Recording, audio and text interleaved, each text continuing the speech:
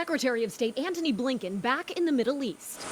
Landing in Riyadh Monday, top of mind as he meets with Saudi leaders, a pending deal between Israel and Hamas that could pause fighting and release some of the roughly 100 remaining hostages, as many as 6 Americans among them. We cannot, with any clear sense, say the exact number of hostages, but we know that there are many. As of now, the most viable means to that end appears to be what's being called the Paris proposal. Hamas understand that basically the only meaningful card that they have right now, the only real leverage that they have, are the hostages. Ari Perliger, an expert on extremist groups, says Hamas wants these talks, brokered with help from Qatar, Egypt, and the U.S., to mark the final stage of the war.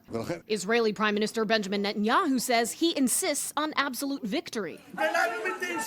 Families of the hostages continue to push Israeli officials to prioritize bringing home their loved ones over the military offensive in Gaza to eliminate Hamas, which has left more than 27,000 dead, according to the Gaza Health Ministry under the Hamas-run government. It is clear that the threat to their lives is increasing the more time they stay there, and there's plenty of hostages that already were killed. My belief is that they are still being held underground. The pictures that were released shows that the hostages are probably suffering from malnutrition. White House National Security Advisor Jake Sullivan says the ball, so to speak, is in Hamas's court to respond to the latest hostage release framework. Meanwhile, complicating matters are ongoing clashes in the region between U.S. forces and the Houthis, which, like Hamas, are backed by Iran.